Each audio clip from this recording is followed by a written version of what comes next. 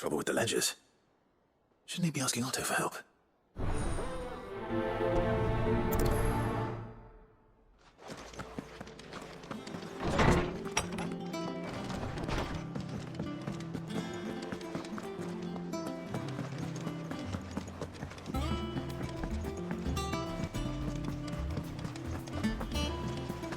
Is that the thing Tomes helped? Nick told me she was building a ship.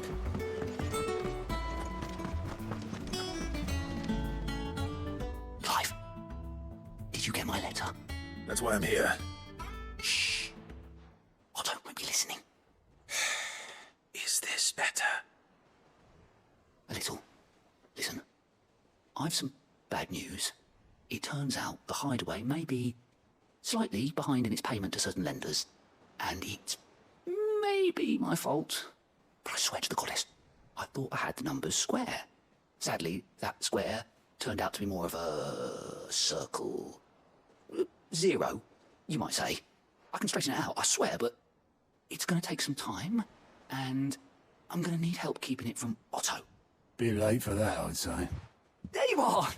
What a surprise! So let me get this straight. You forget to pay our lenders what they're due, and instead of coming straight to me, you get Clive to come to you. You know, he'll dig you out of the hole you've dug for yourself. Clive, the man in charge of the place you've been cheerfully trying to bankrupt. And you thought this was a cunning plan. Why? Well, who needs paying? Oh, just Martha. And the dame. And, well, Lady Karen. But only 500 talents. We owe 3 of our most trusted friends 5 million gil. Each. 5 million. Each. They lent us the bulk of the money we used to rebuild the hideaway, you see, and, well, I must have made some sort of oversight. Those ledgers were my responsibility, and it was my decision to entrust them to you. This is my fault. Do we have that much to hand? I can always ask my uncle. No, we don't. And no, you won't. We've lightened Lord Rosfield's purse enough. After the king's ransom we had off him, he deserves better than to see our begging bowl. Besides, we'll need to learn to stand on our own if we're going to make this work. All right. But that doesn't mean you have to shoulder the burden yourself. Is there anything I can do to help? There might be. How'd you fancy taking these to Martha and the dame? Rocks. Rocks, he says. Worth 1,000 talents apiece, these are. A little something Sid and I set aside for when times got lean. And I reckon 15 million in overdue debt probably qualifies. I just hope our associates' eyes are a bit more discerning than yours. I'm sure they will be. Should be me making the rounds, really. But you know how it is with this place. Orders to bark, arses to wipe, and all that. I know. Which is why I don't mind going in your place. Go. Do you know why I only gave Master Clive here 2 star rubies? Because you'd rather Lady Karen killed me. Because I'd rather Lady Karen killed you. Yes. Well, I suppose this is goodbye then. Don't worry. I'm sure Karen will understand. Really? Do you think so? No, I don't.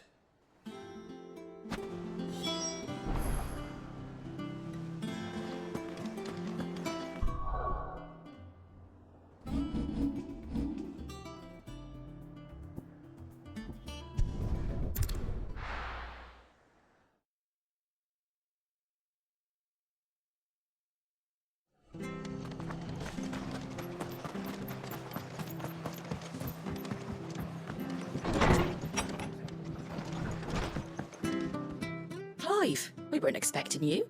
I wasn't expecting to be here, but it seems we still owe you a considerable amount of coin for your help with our rebuilding efforts.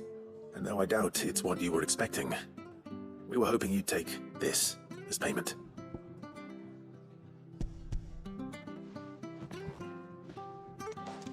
A star ruby? I can't accept this. It's worth at least twice what you owe me. More if you can find yourself the right buyer. Think of the difference as interest. Interest? If word got out I charged that much, no one would ever borrow from me again. Anyway, why are you the one here asking me about this? I'd have expected Otto. Bit much sending the Lord Marquis out to sell your debts, isn't it? The old goat working himself to death again. Something like that. Most days I think he's the only reason the hideaway's still standing. Same as always, eh? Back when the place was nothing but a twinkle in the eye of a recently retired Lord Commander, word is he was the first one Sid reached out to. Probably knew that without his strong arm and level head, the idea would never get off the ground. Sid may have been the face of the hideaway, but Otto's always been the backbone. And when Sid passed away, we were all worried that would be the end of it. That Otto would just give up. His death was hard on everyone. But it must have hit Otto hardest of all. But he didn't give up, did he? Quite the opposite, in fact. If I recall, he was the one who nominated you as Sid's replacement, and rallied the rest around you. I reckon what he saw in Sid, he saw in you too. And don't we all?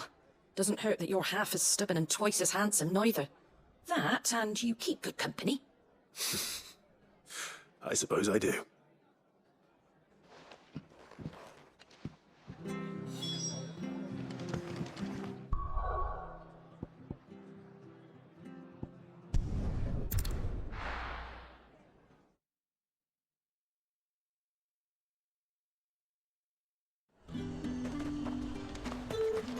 There's two.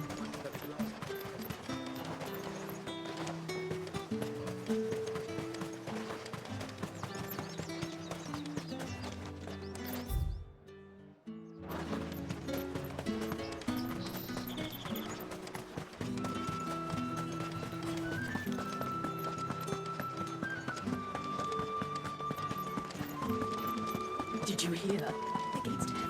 I want to see you. What am I going to do without Sweetwater in order to talk? Still no Milady, I come bearing gifts. gifts? Whatever is the occasion.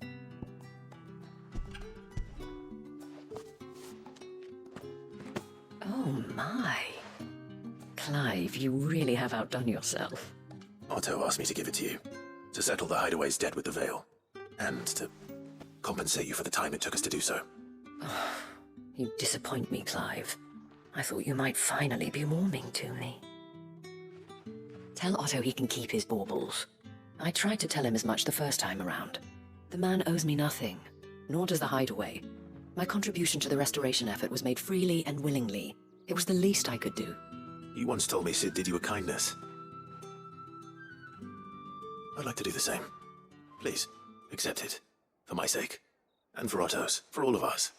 For all you've done. It is rather fetching, isn't it? Very well. Otto is lucky to have you, Clive. I doubt anything could ever replace his son.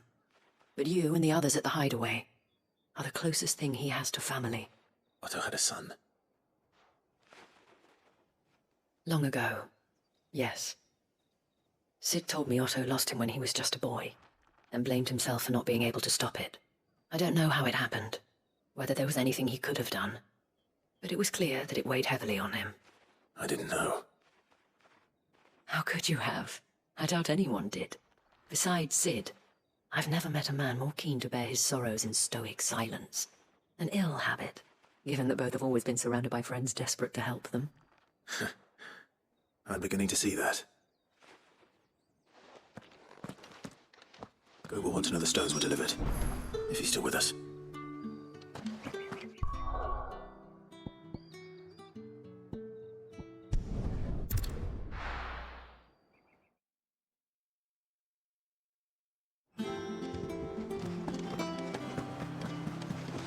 Is that the thing Tomes helped me?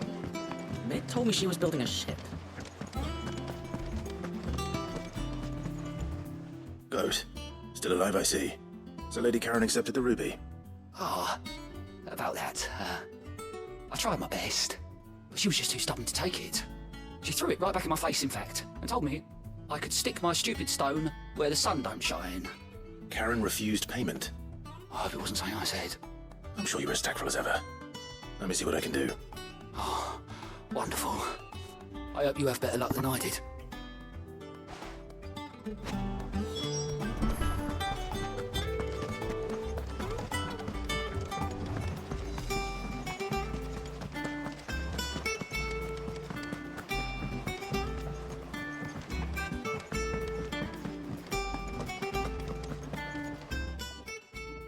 Lady Karen, Goat tells me you weren't happy with our offer.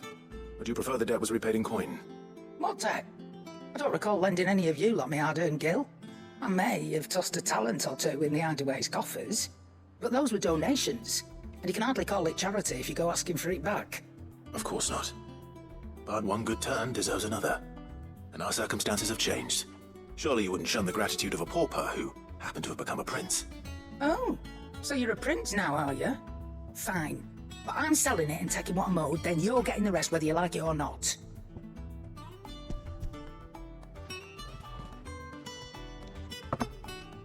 Where'd you even get this? A decent trader might nab 1,000 talents for a star ruby. A canny one, meanwhile, might claim it were nicked from the belt of Sid the Outlaw himself and ask twice as much. Might be I already have a buyer in mind. Might be you even know her. A fine continental maid whose beauty's only eclipsed by a guile in commerce. You won't mind, would you? Not at all. Just be sure to tell her that it's always a pleasure doing business.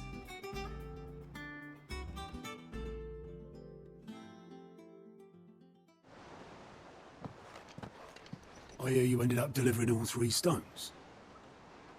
Thanks to this lump. I sometimes wonder what I pay you for. Speaking of which, I still haven't been paid last month's wages.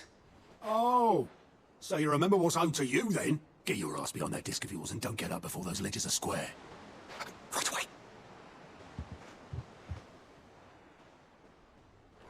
I've seen that before. Yeah. Plenty of times. It was the only goblet Sid ever used, either out of habit, or because the filthy sod couldn't be bothered to find a clean one. I knew so little about him. Like most people. Martha and the Dame both seem to have fond memories of him. I bet they do. How long did you know Sid before he... Before he died. 20 summers, give or take. Back in the day, I was a purser on a trade ship, which is where I met him. He bought passage to... oh, forget where. But having nothing better to do on the long nights, we sat up drinking Island rum till the morning bell dragged me back to my duties. Quit my post not long after that, on account of making a fine maiden's belly fat. But me and Sid stayed close, promising we'd one day sail the seas again. That was before fate stepped in and said she was having none of it. The magic woke inside my son soon after his first name day, and there was no hiding his knack. Couldn't you and your family have... My family were the ones who summoned the constable, wanted the monster taken away. I couldn't turn my back on him, forget what I felt, and I couldn't for the life of me understand how they could. Luckily, Sid was of the same mind as me. It was him who stood beside me when all I wanted was to tear the whole world down. Him who cried for me when I had no tears left of my own. Him who swore he'd do everything he could to stop it from happening again. And he was true to his word too. Left the Royal Army once and for all. His ranks, his ribbons, gone. Just like that. Threw away everything he had. All to right a wrong that no one else had the courage to face. I knew then I'd follow that man to the ends of the earth.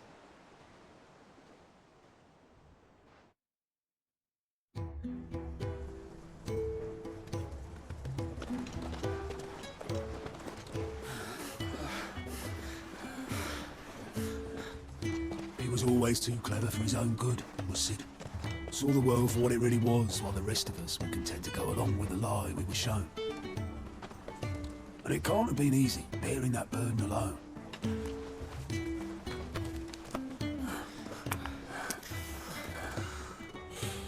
But he didn't let it stop him. He never lost faith in what he believed was right. And that gave us faith in him. Faith he'd steer us true. So I swore to myself that I'd always be right behind him, ready to catch the stubborn sod, if ever he should fall.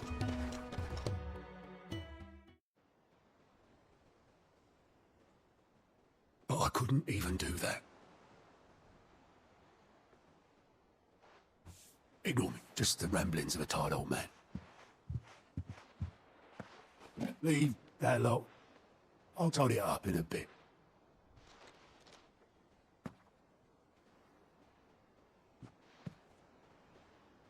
This is Sid's handwriting. here, Otto. I may be drunk, but I wanted you to know this place would be fucked without you. Love you, you grumpy old sod. This note. What about it? Sid was right. Without you, we'd all be lost.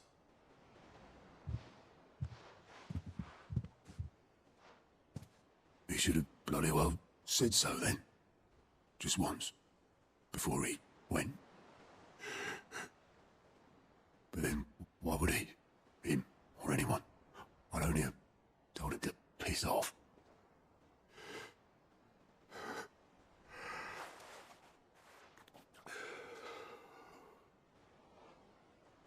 You're wrong, though. Both of you. It was never just me keeping the hideaway afloat. It was all of us. I just shoved people in the right direction, and I barely seem to be able to do that anymore.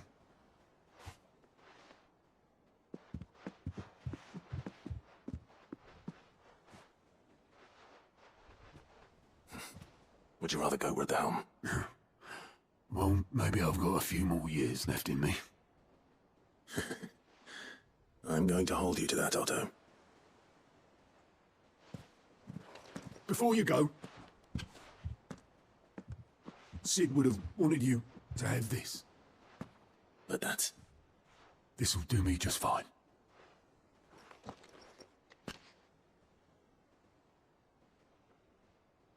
Thanks for the ray of sunshine. I'll see if I can't pay you back. Already have.